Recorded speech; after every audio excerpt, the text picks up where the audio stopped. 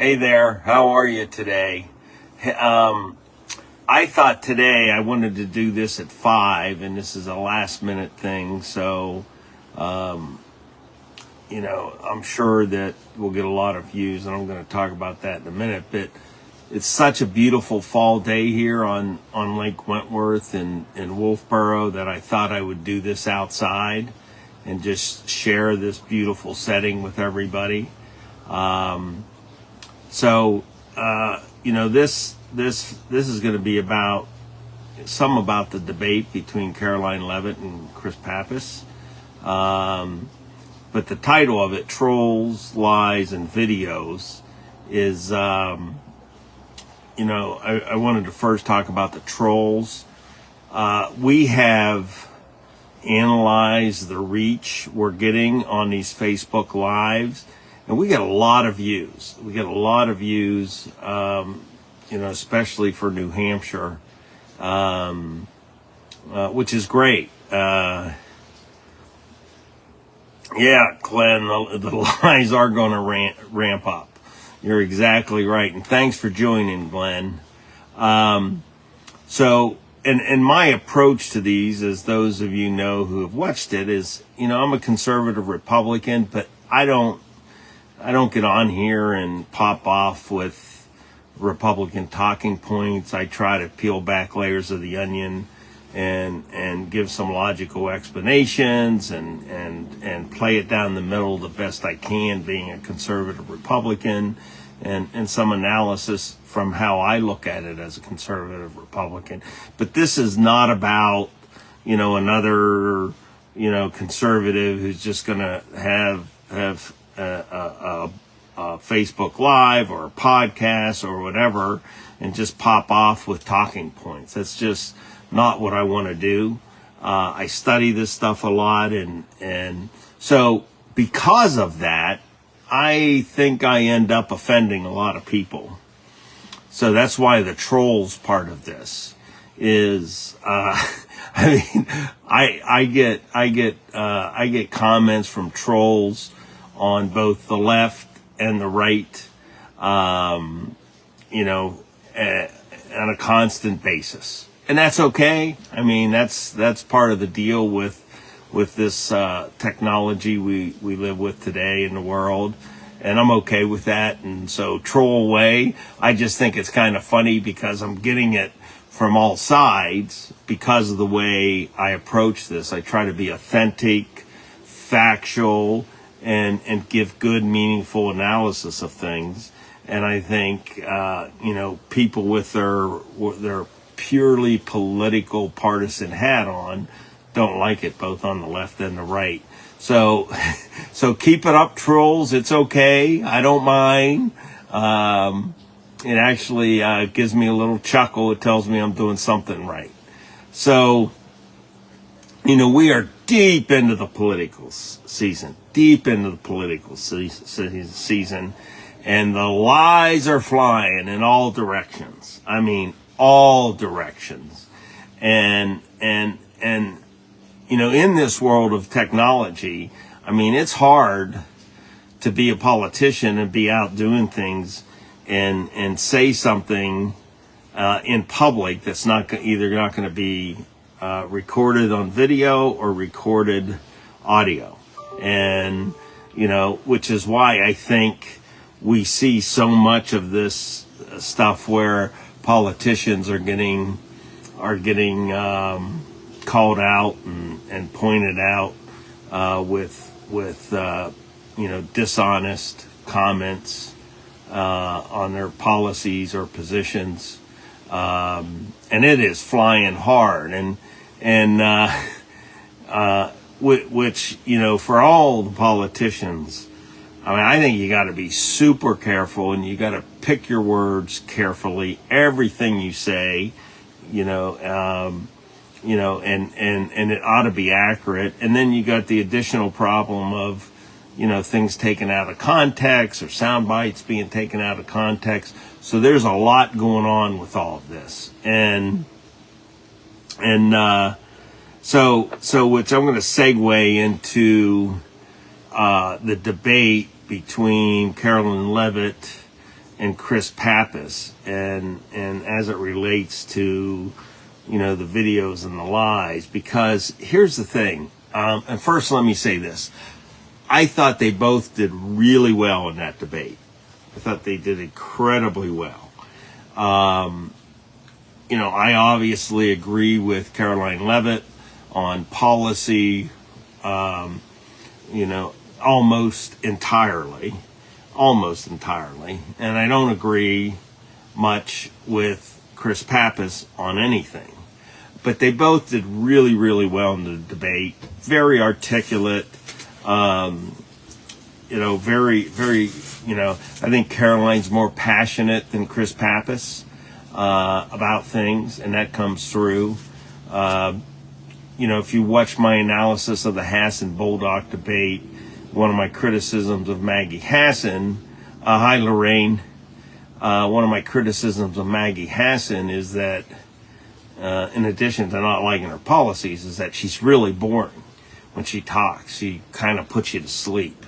But Chris Pappas is not like that. I mean, he talks in a way that is confident. But I think Caroline did amazing.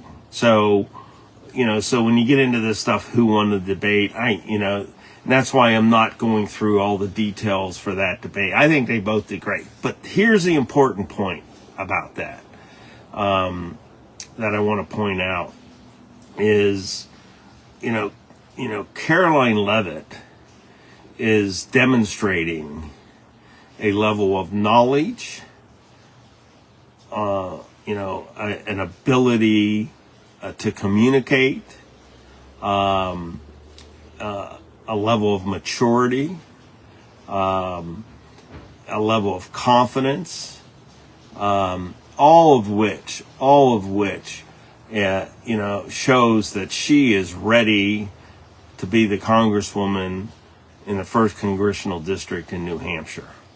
Because I know there's some people out there that say, oh, she's too young, man, I'll tell you, watch her in action, and she's got the maturity, the judgment, she knows policy, she can talk about policy in a very clear, concise way that's understandable, and you don't have to agree with all our policies, but, you know, she's an amazing communicator, and, you know, so I think the important thing, you know, when you look at her, and if you've heard any of this stuff that, you know, oh, she's so young, just forget about it. She's not too young. She's ready to be the congresswoman from the 1st Congressional District.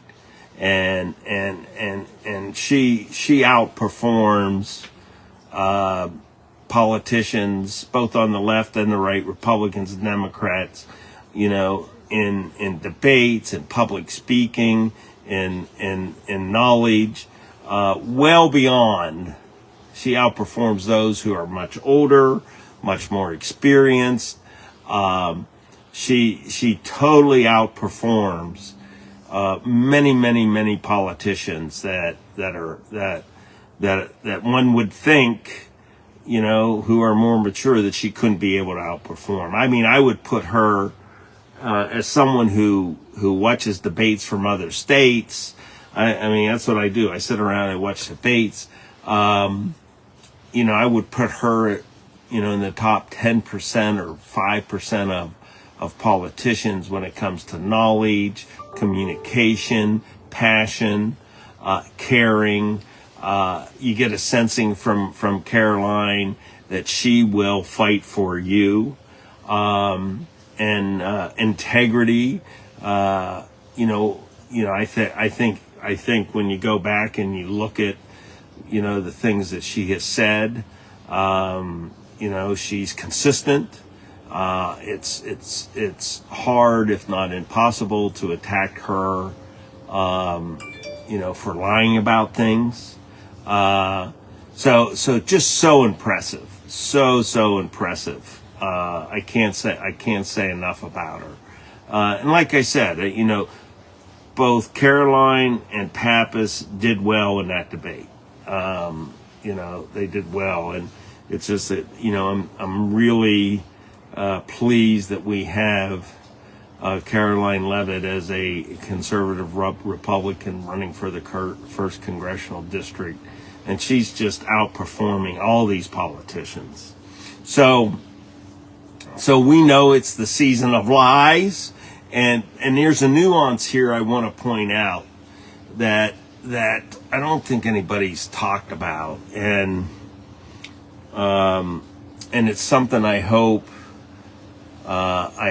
Republican candidates in New Hampshire listen to this and pick something up here. But, Chris Pappas in that debate bragged a lot about this bipartisan infrastructure bill.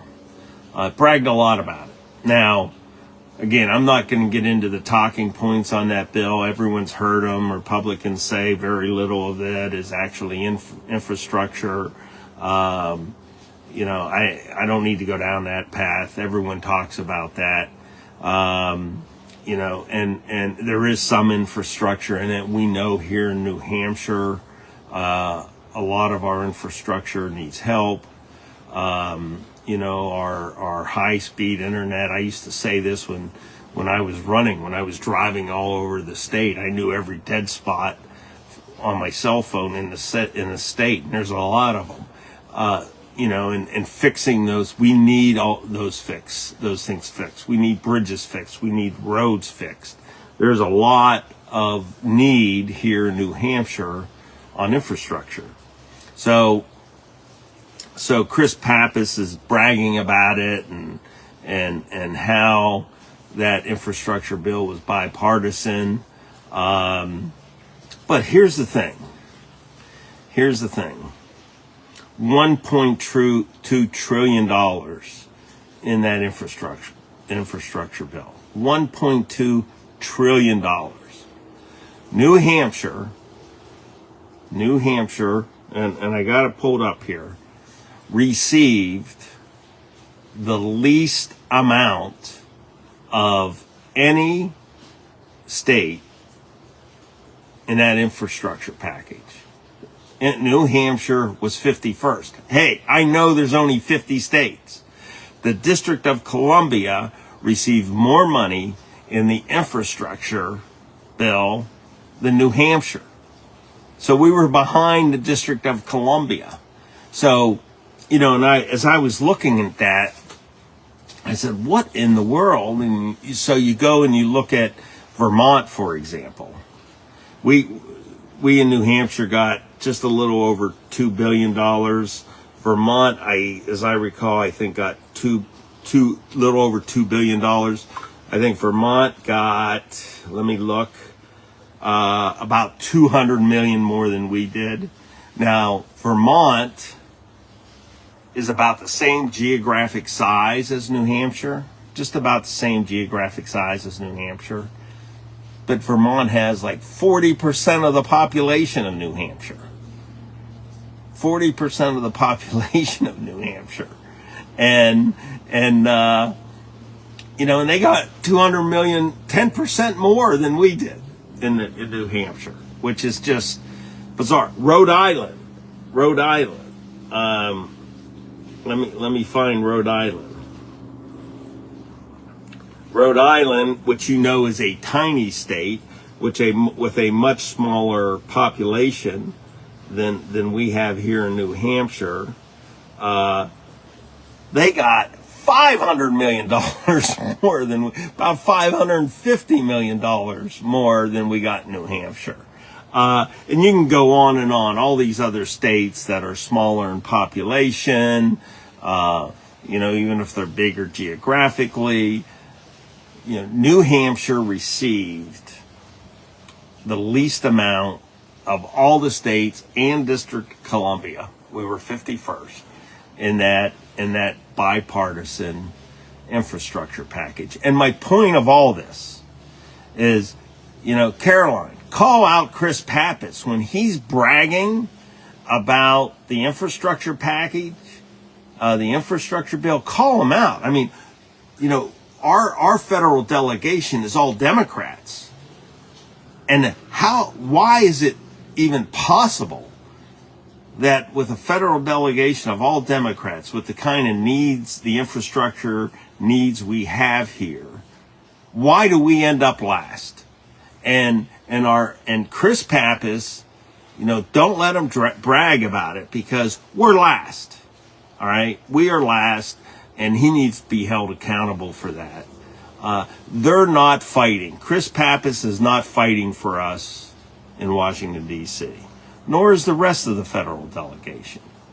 And they need to be called out on that when they brag about the infrastructure bill. And here's the other thing they do. They get something like that passed, then they come back here and brag to us. They brag to us about how much money they're bringing back to us. And they're doing an awful job. I mean, my dog could go be the Congress person, or the Congress dog from New Hampshire, and get the least amount of money. All right. I mean, anyone in a warm seat in Washington, D.C. can get the least amount of money for us. So these Democrats in our federal delegation, they need to be voted out and called out on that. And don't let them brag about it. Do not let them, so we cannot let them brag about it in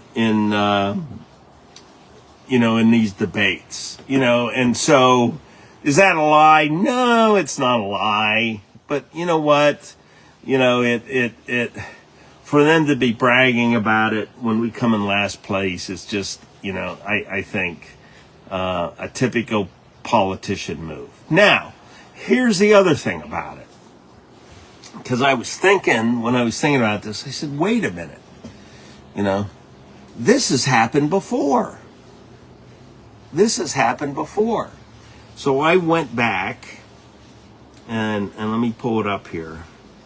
And it happened in with respect to I think it was called the CARES Act, the COVID Relief Act. Yeah, that was passed at the beginning of the pandemic in 2020.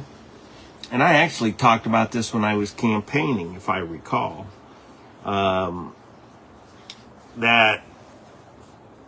So I went back and pulled that up, and sure enough,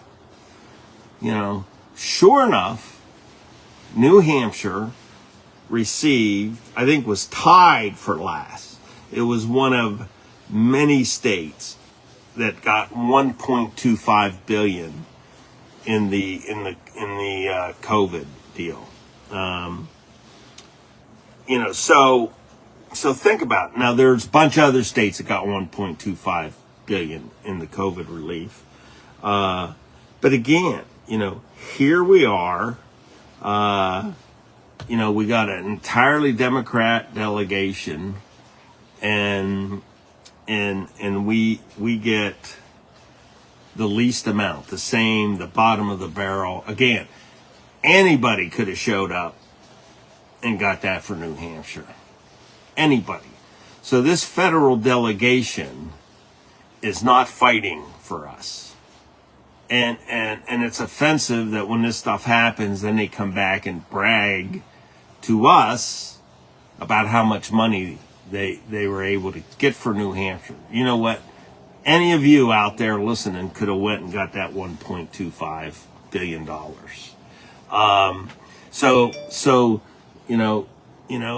It is. So when you hear Chris Pappas and others say, hey, I'm fighting for you and I got this for you. And, they need to be called out as, why are we at the bottom of the barrel? I mean, we're not the least populous state. We're not the smallest state. Why do we end up at the bottom all the time? And they need to be held accountable for that. So we know that, I mean, there's tons of commercials, there's tons of ads online. a lot of lies flying around, big time. I mean, every time Biden talks, I mean, it's just, it's either a lie, we're not in a recession, or it's a gross distortion of the facts. I mean, the one that really bothers me that Biden says, and Chris Pappas brags about this, is that 1.9 trillion in additional COVID relief, in addition to the 2020, the 1.9 trillion that the Democrats passed in I think the first quarter of 2021. They brag about that, and many economists, many economists, many very credible economists point to that 1.9 trillion as really adding to this inflation, because the economy was roaring back, and then we shoved a whole bunch of more money into it, and that's added to this inflation we're experiencing. But the point of that is, so the Democrats in 2021 go and spend this $1.9 trillion that we argue that we didn't need. If we needed some, it was a heck of a lot less than that. Now Biden goes out and takes credit for this year reducing the deficit. So he spends like crazy last year, and then he's out bragging about reducing the deficit. I mean, that's very dishonest in my opinion. It's politicians. I mean, they say, yeah, hey, we're spending less this year. They're not going to say, yeah, we're spending less this year because I spent so much last year. So that's just the nature of politics and deceptive to the people. But we, the opposition, the Republicans, the conservatives got to point those kinds of things out. And so we have 2.5 weeks left to the election. 2 weeks and 2 days, 3 days, whatever it is, and you're going to see tons and tons of lies, and I would just urge you to the extent you have any time and you see something you might not think is accurate, try to check it out.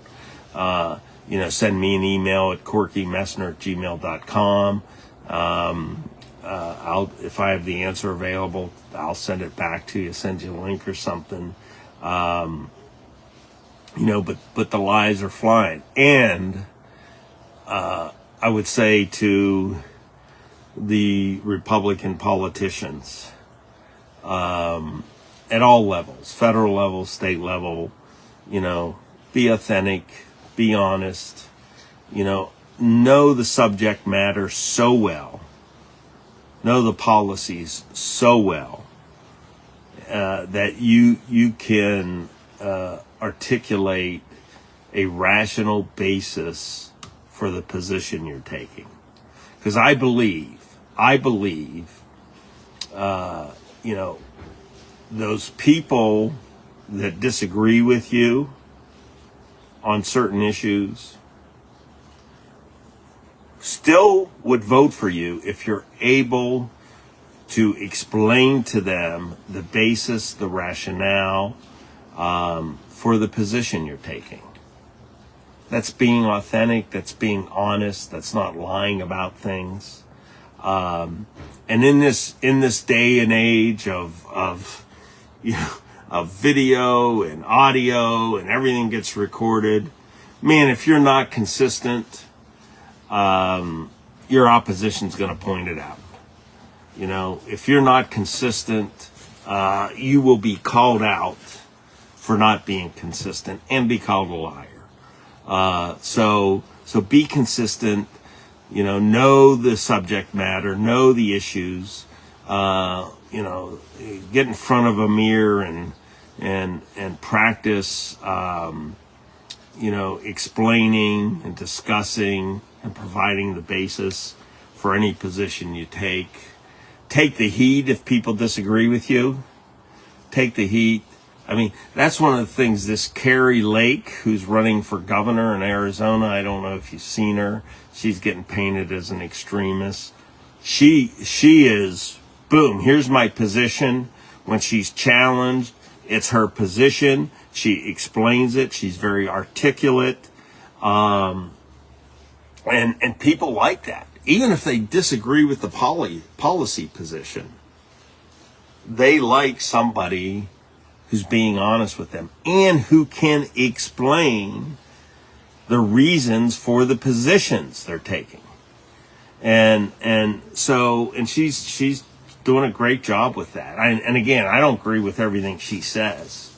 But she's getting voters because she comes off as authentic, smart, articulate, consistent, honest, and she's not changing her position because whatever reason. So be aware there's a lot of lies going on. Pay attention, vote. Everybody get out to vote. Get your friends, your neighbors out to vote. Reach out to me if you have any questions, corkymessner@gmail.com. My phone number's out there too. I'm accessible, and I hope you enjoyed this beautiful view tonight. It's really something. So thanks so much. Have a great weekend, and I'll be doing another one of these next week. Thanks a lot, everybody.